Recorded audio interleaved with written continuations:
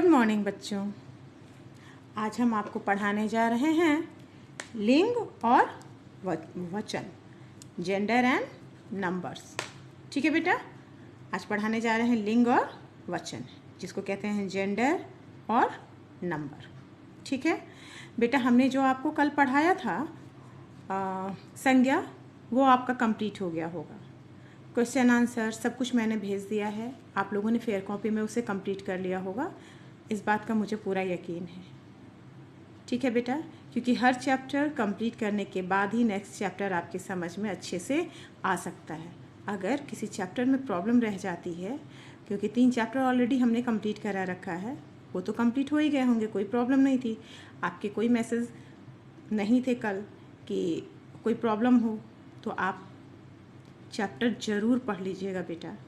ठीक है, चैप्टर पढ़ने के साथ साथ क्वेश्चन आंसर भी कंप्लीट कर लीजिएगा, और जब समय मिले तो थोड़ा थोड़ा उसको लर्न करना भी शुरू कर दीजिएगा। ठीक है बेटा, आज हम चैप्टर स्टार्ट कर रहे हैं लिंग और वचन। ये आपका चैप्टर 5 है। ठीक है बेटा, लेसन 5। जब हम जेंडर की बात करते हैं, लिंग की बात करते हैं, तो क्या होता है?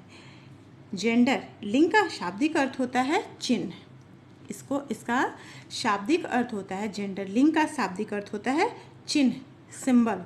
ठीक है, शब्द के जिस रूप से यह जाना जाए कि जो वस्तु है, व्यक्ति है, वो पुरुष जाति का है या स्त्री जाति का है, कौन सी जाति का है, जब ये पता चलता है तब हम उसे क्या कहते हैं? उसे लिंग कहते हैं।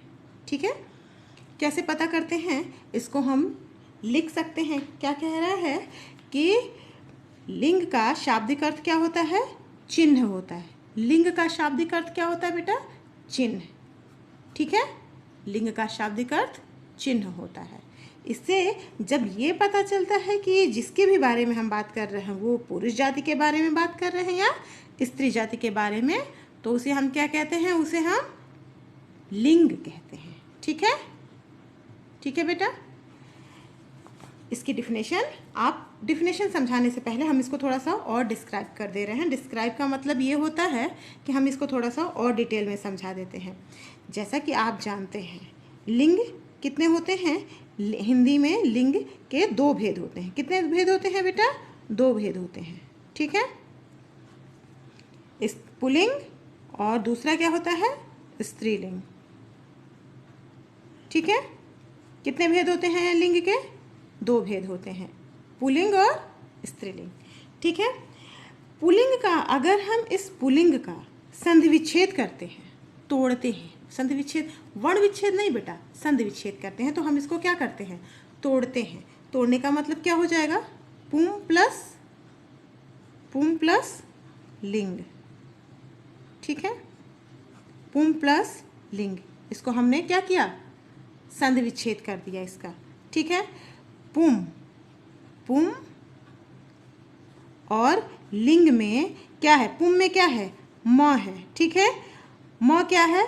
आपको हमने वर्ण विचार में पढ़ाया था कि म, जैसे हम बोलते हैं ना अतः, अंत। ठीक है, तो ये आधा आता है, तो ये किस में आता है? ये अनुस्वार में आता है। किस में आता है बेटा? अनुस्वार में।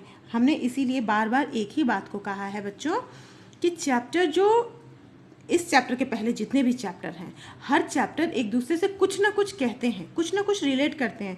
अब हमने आपको अनुस्वार वर्ड यहाँ पे यूज़ किया। अनुस्वार आपने चैप्टर 2 में पढ़ा है। अनुसार, अनुनासिक, ये सारा वर्ड्स पढ़ा है ना आपने। अगर आपको याद होगा तो पता होगा कि हमने म के नीचे जो हलंत लगाया है, इसको हम अनुस्वार कहते हैं।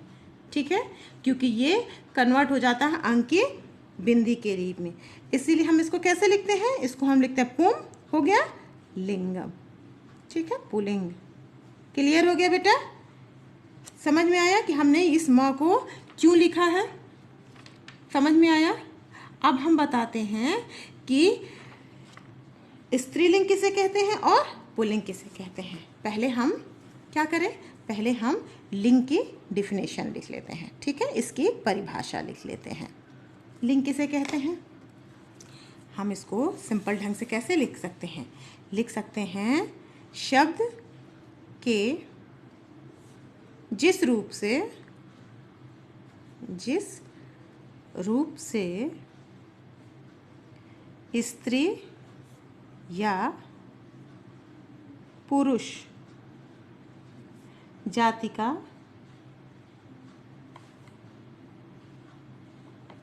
बोध होता है,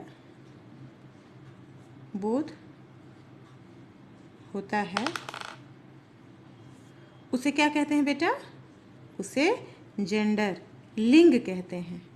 ठीक है, लिंग कहते हैं। जैसे आप क्या लिख सकते हैं?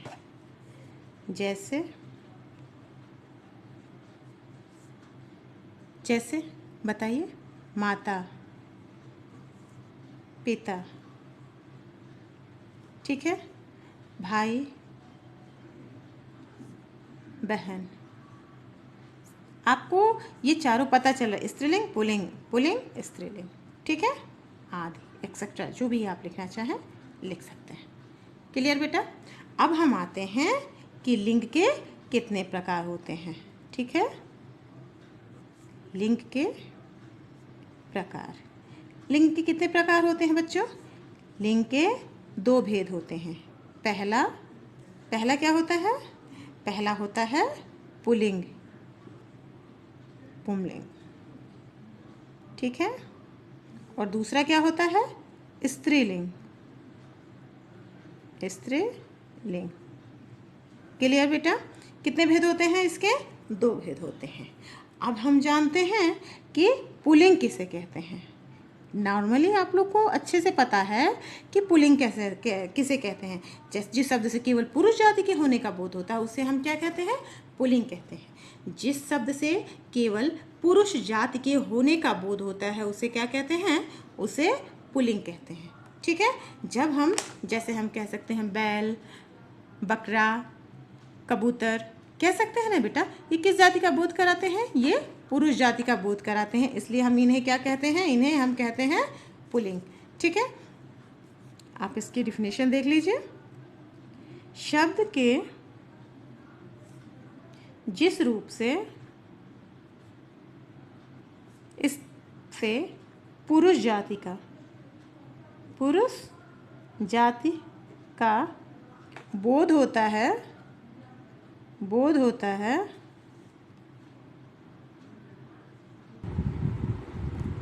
बोध कराते हैं। शब्द के जिस रूप से केवल पुरुष जाति का बोध हो उसे क्या कहते हैं बेटा? बोध हो, उसे हम क्या कहते हैं बच्चों? पुल्लिंग कहते हैं। क्या कहते हैं? पुल्लिंग। ठीक है, ठीक है, क्या कहेंगे? पुल्लिंग। यहाँ पे ल और रहेगा, इसको हम ऐसे लिखेंगे, पुल्लिंग। ठीक है, उसे पुल्लिंग कहते हैं। ठीक है, एक बात और बच्चों, ध्यान से सुनिएगा, इसको समझने की कोशिश करिएगा। इसमें हम आप कुछ भी जोड़ सकते हैं, जैसे बैल, कुत्ता आदि। ठीक है, ठीक है। हम एक बात और बताना चाहते हैं आपको, वो ये है कि अक्सर अकारांत का मतलब होता है बेटा, ये आगे चल के आप क्लासों में आपकी समझ में आ जाएगा। अकारांत का मतलब होता है जिन शब्दों के अंत में अ का उच्चारण होता है उसे अकारांत कहते हैं। जैसे राम, बोल के देखिए, राम। जब आप राम बोलते हैं तो लास्ट में किसका प्रोनाउंसिएशन होता है बेटा? अ का। राम, अंत में अ का। कह रहा है कि जिन शब्दों के अंत में अकारांत अ आता है उसे हम अकारांत कह रहे हैं। अकारांत शब्द अक्सर क्या होते हैं? अकारांत शब्द क्या होते हैं? अक्सर पुल्लिंग होते हैं। क्या होते हैं बेटा? पुल्लिंग होते हैं। अकारांत शब्द अक्सर पुल्लिंग होते हैं, जैसे राम, सूर्य, क्रोध। ठीक है, ये सब, इन सब को जब आप बोलेंगे तो अंत में किसका उच्चारण हो रहा है? अ का उच्चारण हो रहा है। ठीक है बेटा, अकारांत। इसको आप, ये तो एक नियम हुआ ना। दूसरा हम नियम ये बता सकते हैं कि जिन शब्दों के अंत में किसके, जिन शब्दों के अंत में क्या लगता है, पा लगता है, पन लगता है, आव लगता है, आवा लगता है, खाना लगता है, ये भी क्या कहलाते हैं, वे शब्द प्रायः पुल्लिंग होते हैं। कौन सा होते हैं बेटा, पुल्लिंग होते हैं। वे शब्द प्रायः पुल्लिंग होते हैं। किसमें किसमें, जिसके अंत में, अंत का मतलब बेटा आप आने वाले चैप्टर्स में पढ़ेंगे। अंत का मतलब होता है शब्द के अंत में लगने वाले को हम प्रत्यय कहते हैं। ठीक है, मूल शब्द के अंत में जो लगते हैं उसे हम क्या कहते हैं, प्रत्यय कहते हैं। इसलिए इसको कहा गया है, सिर्फ हम आपको समझाने के लिए बता रहे हैं कि जिन शब्दों के अंत में पा, पन, आव, आवा, खाना लगता है, ये क्या कहलाते हैं, पुल्लिंग कहलाते हैं। जस्ट लाइक दिस, बुढ़ापा, बुढ़ापा, ठीक है, ठीक है, मोटापा, ये सब पुल्लिंग में आते हैं। आ रहा है, घुमाओ, घुमाओ, आव है ना, ये सारे शब्द पुल्लिंग में आते हैं। ठीक है, क्लियर हो गया आपको, ये पुल्लिंग क्लियर हो गया कि पुल्लिंग किसे कहते हैं। शब्द के जिस रूप से केवल पुरुष जाति का बोध होता है उसे क्या कहते हैं, उसे पुल्लिंग कहते हैं। ठीक है बेटा, समझ में आ गया। इसको समझाने का एक तरीका और है, प्राणीवाचक पुल्लिंग संज्ञाएं शरीर के बनावट के आधार पर पहचानी जाती हैं। किसके आधार पर, शरीर, उनकी शरीर की बनावट के आधार पर, जैसे कबूतर, मामा, नाना, हाथी आदि।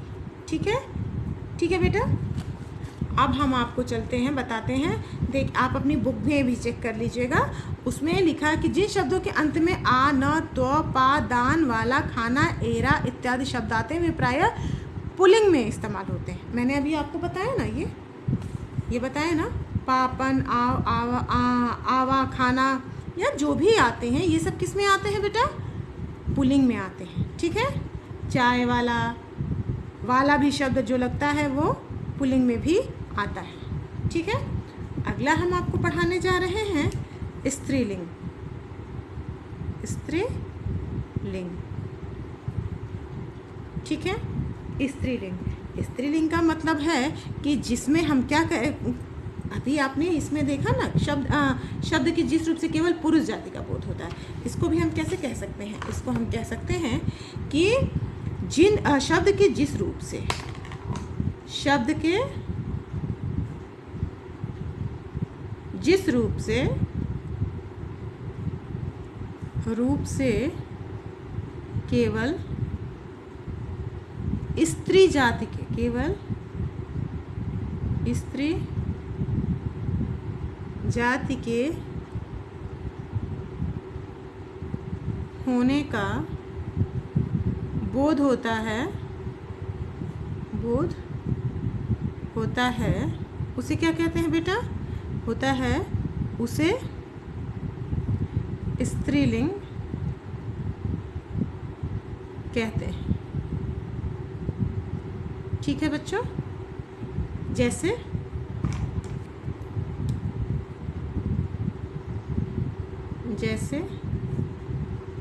राधा, गाय, बिल्ली, ठीक है, आदि, ये सब क्या है, ये सब स्त्री जाति का बोध कराते हैं। किसका, स्त्री जाति का बोध कराते हैं। ठीक है बेटा, स्त्री, कभी कभी हमको कन्फ्यूज़न होता है कि स्त्री जाति कैसे जानी जाती है। इसमें भी हम कह सकते हैं प्राणीवाचक स्त्रीलिंग को देखकर व उसके बनावट के आधार पर हम इसको भी पहचान सकते हैं। अक्सर क्या होता है, ऐसे सब जिनके अंत में, मैंने अभी इसको बताया ना कि उपसर्ग लगते हैं, अभी मैंने इसमें बताया ना, ऐसे ही इसमें भी स्त्रीलिंग में बताया जाता है कि ऐसे तत्सम शब्द, कौन से शब्द, तत्सम, तत्सम मैंने आपको पढ़ाया है वर्ण विचार में, आप फिर एक बार उसको देख लीजिएगा। तत्सम शब्द जिनके अंत में, तत्सम शब्द जिनके अंत में क्या लगता है, आ लगता है, क्या लगता है, आ लगता है, अना लगता है या ऊ लगता है, वे सब क्या होते हैं, प्रायः स्त्रीलिंग होते हैं। क्या होते हैं बच्चों, स्त्रीलिंग। ठीक है, जैसे आ से बना दया, सभा, सभा आप इसको प्रयोग करके देख सकते हैं, उसके अंदर बहुत दया है, सभा लगी हुई है। कभी भी हम ये नहीं कहते सभा लगा हुआ है, कहते हैं सभा लगी हुई है। ठीक है, दया और सभा। क्लियर हो गया बेटा? इसमें अना, अना से भी हम आपको शब्द बना के दिखा देते हैं। अना, अना से कैसे हो, क्या हो जाएगा? सूचना। आप सभी को सूचना दी जाती है। ठीक है, हम कह सकते हैं कल्पना। नाम, आप इसमें ना लगा है, आप इसको प्रयोग के आधार पे भी जान सकते हैं। प्रयोग करके देख लीजिए। सूचना दी जाती है, कल्पना की जाती है। क्या आ रहा है अंत में? ऐसा प्रतीत हो रहा है ना बेटा कि ये स्त्रीलिंग है, हो रहा है ना? ऊ, यहाँ पे ऊ है। इसी तरह से बहुत सारे शब्द ऐसे बनते हैं जिससे पता चलता है कि ये स्त्रीलिंग है। इसको हम एक, ये तो एक नियम हुआ। दूसरा नियम है, इसको ऐसे समझा, जिन शब्दों के अंत में ई, ता, री, आवट, ठीक है, आहट, इया, इका, आरी, ये सारे शब्द क्या करते हैं? जिन शब्दों के अंत में लगते हैं ये सब क्या होते हैं? जिन शब्दों के अंत में ई, ता, री, आवट, आहट, इया, इका, आरी लगते हैं, वो क्या होते हैं बेटा? वो अक्सर स्त्रीलिंग ही होते हैं। क्या होते हैं बेटा? स्त्रीलिंगी। आप चाहें तो इसके हम एग्जाम्पल आपको एक एक करके बता सकते हैं। ई, हम ई से हम बताते हैं सुई। ठीक है, हो गया सुई, स्त्रीलिंग है। ता से आप देख लीजिए एकता, एकता स्त्रीलिंग। री से क्या बनेगा? सुपारी, सुपारी, सुपारी छोड़िए, नारी लिख लीजिए। ठीक है, आवट, आवट से क्या बनेगा? थकावट, बहुत थकावट लगी है। स्त्रीलिंग प्रतीत होता है ना, पता चलता है ना कि ये स्त्रीलिंग है। आहट, चिकनाहट, चिकनाहट स्त्रीलिंग प्रतीत हो रहा है, पता चल रहा है ना कि ये स्त्रीलिंग है। इया, इया से क्या बन सकता है? बुढ़िया, हुआ बेटा? बुढ़िया। इका, इका से क्या बन सकता है? लेखिका, लेखिका। ठीक है, बचा आरी, आरी से क्या हो सकता है? नारी, हो सकता है नारी, आरी, न लगा के हमने क्या बनाया? नारी। इसका एक और सेंटेंस देख लीजिए, वर्ड देख लीजिए, सॉरी, बीमारी। कह रहा है जिन शब्दों के अंत में ई, ता, री, आवट, आहट, इया, इका, आरी शब्द लगते हैं वो प्रायः क्या होते हैं बच्चों? स्त्रीलिंग होते हैं। क्या होते हैं? स्त्रीलिंग होते हैं। क्लियर? अब आपको ये समझना है कि हम कैसे पुल्लिंग को हम कैसे स्त्रीलिंग में कन्वर्ट करते हैं। ठीक है, स्त्रीलिंग में कैसे बदल सकते हैं। ठीक है बच्चों, जैसे हमने ई, इसी के आधार पर देख सकते हैं कि इसमें हम क्या लगा देते हैं? इका या आरी लगा देते हैं तो वो चेंज हो जाता है। जैसे हमने एक वर्ड लिया घोड़ा, घोड़ा, हम क्या करेंगे इसमें? कैसे चेंज कर देंगे हम इसको? क्या करेंगे बेटा? घोड़ा का क्या हो जाएगा? घोड़ी। ई लग गई, लग गया। कुमार, कुमार क्या हो जाएगा? कुमारी। क्या लगा? ई लगा के हमने क्या किया? पुरुष, सॉरी, ई लगा के हमने क्या किया? पुल्लिंग को हमने ई लगाया, घोड़ा का घोड़ी, कुमार का कुमारी। ई लगा के हमने क्या किया? चेंज कर दिया। किसको? पुल्लिंग को स्त्रीलिंग में हमने चेंज कर दिया। ठीक है बेटा, कोई डाउट इसमें? कोई डाउट है आपको? इसी तरह से मैंने ये जितना भी बताया है, ई, ता, री, आवट, आहट, इका, आरी, इन सबको आप चेंज कर सकते हैं। इया से, इया, ये वर्ड आया है ना, इया, हमने आपको बताया बुढ़िया, तो इसके यहाँ पुल्लिंग हम क्या बन जाएगा? बन जाएगा बूढ़ा, बूढ़ा, बुढ़िया। या हमने जोड़ दिया, तुरंत स्त्रीलिंग हो गया ना। ऐसे हम लिखते हैं चूहा, चूहिया। चेंज हो जा रहा है ना बेटा? ठीक है, कोई डाउट है इसमें? इसको आप अच्छे से, हम इसकी PDF आपको अच्छे से भेज दे रहे हैं, आप एक बार इसको पढ़ भी लीजिएगा, समझ भी लीजिएगा। ठीक है बेटा, हम एक बार फिर से आपको ये समझा देते हैं। लिंग शब्द के जिस रूप से स्त्री या पुरुष जाति का बोध होता है उसे लिंग कहते हैं। जैसे माता, पिता, भाई, बहन आदि। लिंग के 2 प्रकार होते हैं, पुल्लिंग और स्त्रीलिंग। पुल्लिंग शब्द के जिस रूप से केवल पुरुष जाति का बोध होता है उसे पुल्लिंग कहते हैं, जैसे बैल, कुत्ता आदि। स्त्रीलिंग शब्द के जिस रूप से केवल स्त्री जाति के होने का बोध होता है उसे स्त्रीलिंग कहते हैं, जैसे राधा, गाय, बिल्ली आदि। ठीक है बच्चों, हम आपके इस चैप्टर में स्टार्टिंग में था लिंग और वचन। हमने लिंग आज समझा दिया, वचन हम आपको कल समझाएंगे। आज के लिए बस इतना ही। थैंक यू बेटा।